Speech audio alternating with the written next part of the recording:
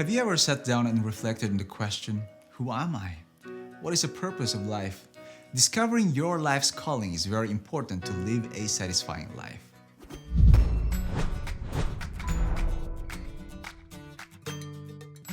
Hi, Dovann here, and welcome to another episode of Week at a Glance, where we dive into a thoughtful summary of this week's Bible study guide. Thank you so much for joining me today. In this episode, we will talk about the church and education. From a very young age, I have always enjoyed camping.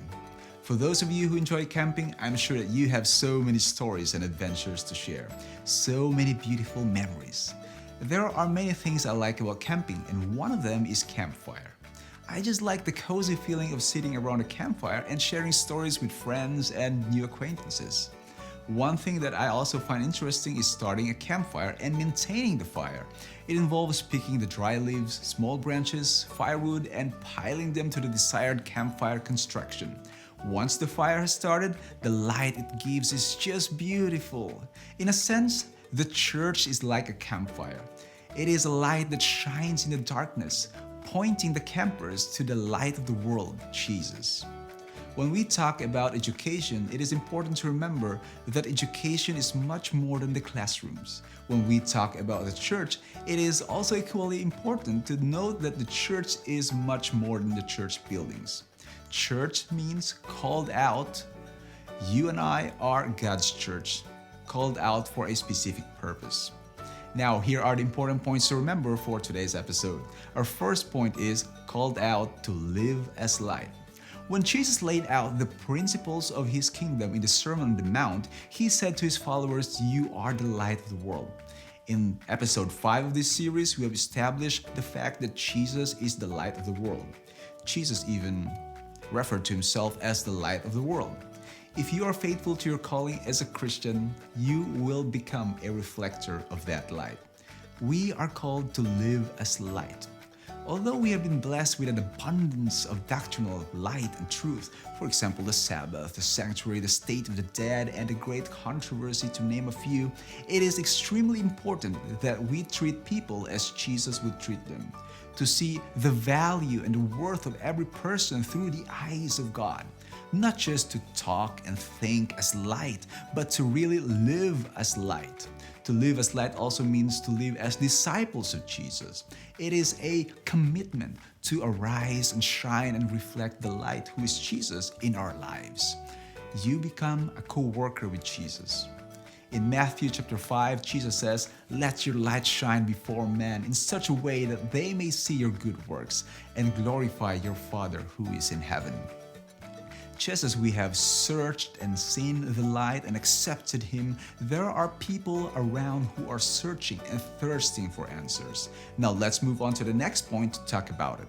Our second point is called to seek the truth. When I accepted Jesus as the light of my life, I didn't understand many things about God and Christianity, but I know that there was so much to learn about God, and so I embarked on a spiritual journey that has continued even today. As a church, we are called to seek the truth continually. Our understanding of God's truth should continue to progress. The light of God's truth will keep shining brighter and brighter as we seek it.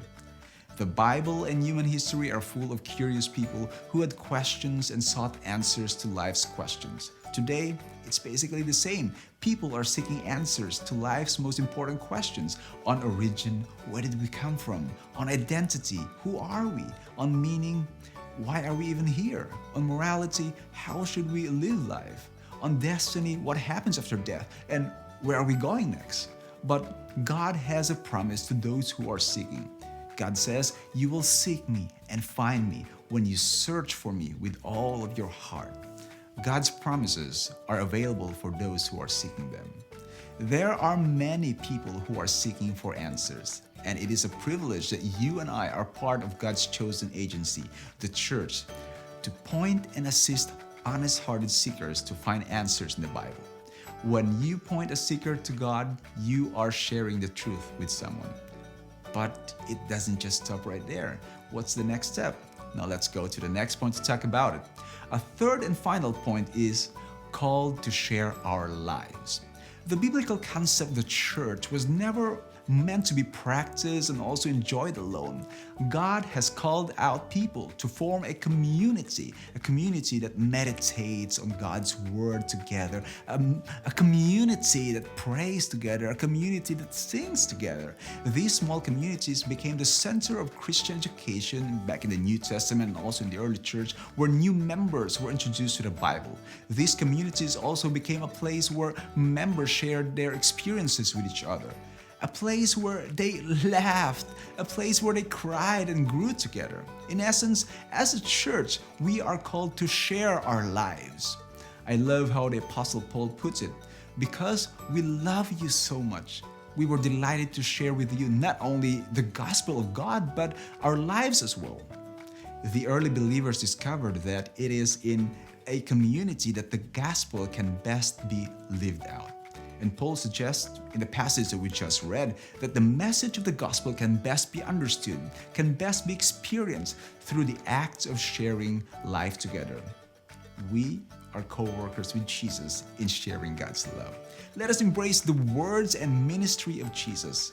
He came down from heaven to live in our world, to struggle, to laugh and cry with us. Let us do the same, for we are called to care for those around us. You and I, we are called to share our lives with others.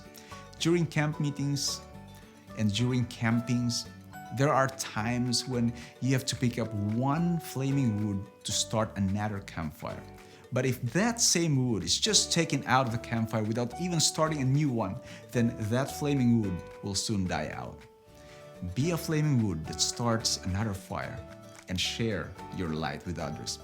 In summary, here are the different points that we talked about in today's episode on the church and education. Point number 1 is called to live as light. Point number 2, called to seek the truth. And point number 3, called to share our lives.